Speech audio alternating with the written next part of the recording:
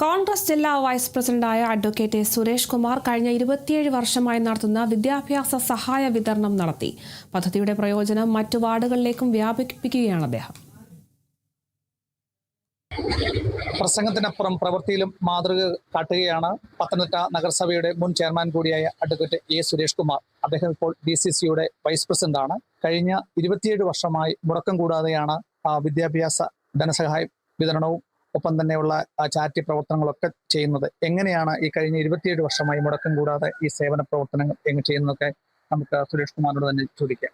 KSUവിന്റെ taluk president ആയിരുന്ന ഒരു സമയത്താണ് ഇത്തരത്തിലൊരു വിദ്യാഭ്യാസ സഹായ പദ്ധതി തുടങ്ങാൻ വേണ്ടിയിട്ട് തീരുമാനിച്ചത്.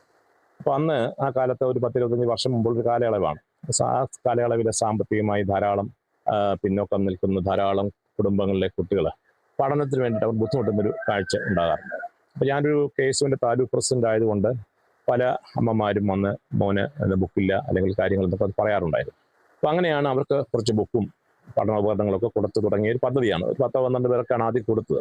തീർച്ചയായിട്ടും. പക്ഷെ അത് വീണ്ടും എല്ലാ വർഷവും കൊടുക്കണമെന്നൊരു ആഗ്രഹം വന്നു. അപ്പോൾ എനിക്ക് തോന്നി ഇത് ചെയ്താൽ കുറച്ച് ആളുകൾക്കൊരു പ്രയോജനം ചെയ്യും. ഞാനൊരു സംഘടനാ പ്രവർത്തനമായി പ്രവർത്തിക്കുമ്പോൾ ഇത്തരത്തിലുള്ള കാര്യങ്ങൾ കൂടി ശ്രദ്ധിക്കണം എന്ന് ആ സമയത്ത് എനിക്ക് തോന്നിയതാണ് ഇപ്പോഴത്തെ ഈ വിദ്യാഭ്യാസ സഹായ പദ്ധതികൾ തുടർന്നു വരാൻ ഇടയാക്കിയത്. അങ്ങനെ അത് തുടർന്നപ്പോൾ പിന്നീട് അത് 12 എന്നുള്ളത് വലിയൊരു സംഖ്യയായിട്ട് മാറി. കേട്ടറിഞ്ഞ് പല വാർഡുകളിലുമുള്ള കുട്ടികൾ വന്നു. ഇപ്പോൾ ഈ പ്രദേശത്തുള്ള ധാരാളം വാർഡുകളിലെ കുഞ്ഞുങ്ങൾ ഇപ്പോൾ ഈ വിദ്യാഭ്യാസ സഹായ പദ്ധതിക്ക് വേണ്ടിയിട്ട് വരാറുണ്ട്. ഞാനതിനകത്ത് അഭിമാനം കൊള്ളുകയാണ്. കാരണം ഒരു പൊതുപ്രവർത്തകന് കുറച്ച് റോഡുകളും അല്ലെങ്കിൽ കുറച്ച് ബിൽഡിങ്ങുകളും അല്ലെങ്കിൽ ആ വാർഡിൽ കുറച്ച് മറ്റുള്ള പശ്ചാത്തല മേഖലയും അതൊക്കെ ചെയ്യണം. അതൊക്കെ ചെയ്യേണ്ടതാണ്, ഒരു ഉത്തരവാദിത്തമാണ്. അതോടൊപ്പം തന്നെ സാധുക്കളായി നിൽക്കുന്ന ആളുകളെ അവരെ മുഖ്യധാരയിലേക്ക് കൊണ്ടുവരുവാൻ, ആ കുഞ്ഞുങ്ങൾക്ക് പഠിക്കാനുള്ള കാര്യങ്ങൾ ചെയ്യുവാൻ, അതോടൊപ്പം തന്നെ ആ കുടുംബങ്ങളിലെ ചികിത്സാ പദ്ധതികളുണ്ടെങ്കിൽ അത് ചെയ്തു കൊടുക്കുക. ഇതൊക്കെ ഒരു പൊതുപ്രവർത്തകന്റെ ഉത്തരവാദിത്തമാണ്. കാരണം ജനങ്ങളാണല്ലോ നമ്മുടെ യജമാനന്മാർ, നമ്മൾ അവരുടെ സേവകരാണ്. ആ ചിന്തയോടുകൂടിയാണ് ഇത്രയും നാളും പ്രവർത്തിച്ചിട്ടുള്ളത്. അതുകൊണ്ട് ഈ വിദ്യാഭ്യാസ സഹായ പദ്ധതി തുടർന്ന് വന്നുകൊണ്ടിരിക്കുകയാണ്. ഇപ്പോൾ 27-ാം വർഷമായിരുന്നു. ഏറെ ബഹുമാനായ പത്തനംതിട്ടയിലെ ജുമാ മസ്ജിദിലെ ചീഫ് ഇമാം അബ്ദുൾ ഷുക്കൂർ മൗലവി അൽ കാസമി അവർകളാണ് ഇപ്രാവശ്യം അതിൻ്റെ ഉദ്ഘാടനം നിർവഹിച്ചത്. കഴിഞ്ഞ തവണ തുമ്പമൺ ഭദ്രാസനാധിപത്യന്റെ സറാഫിൻ ദിരാമി ഇബ്രാഹിം സറാഫിൻ ദിരമേനിയാണ് അത് നിർവഹിച്ചത്. അങ്ങനെ പല മഹത്താക്കളായ ആളുകളും വന്നിട്ട് ഈ പദ്ധതികൾ ഉദ്ഘാടനം ചെയ്യുകയും നല്ല സന്ദേശം നൽകുകയൊക്കെ ചെയ്യാറുണ്ട്. അപ്പൊ എന്നെ സഹായിക്കുന്ന എൻ്റെ ഒരുപാട് സുഹൃത്തുക്കളുണ്ട്. അതോടൊപ്പം തന്നെ ഇവിടെ വിവിധ കച്ചവട സ്ഥാപനങ്ങളിലെ നമ്മളോട് സഹകരിക്കുന്ന ധാരാളം ആളുകളുണ്ട്. അവരെല്ലാം ചേർന്നാണ് ഈ കാര്യങ്ങൾ സഹകരിക്കുന്നുകൊണ്ടാണ് ഈ പദ്ധതിയുമായി മുന്നോട്ട് പോകുന്നത്. ആ പദ്ധതി ഇപ്പോഴും തുടർന്ന് വരുന്നു. കൂടുതൽ വിദ്യാർത്ഥികൾക്ക് അത് ചെയ്യുവാൻ കഴിയുന്നുണ്ട്.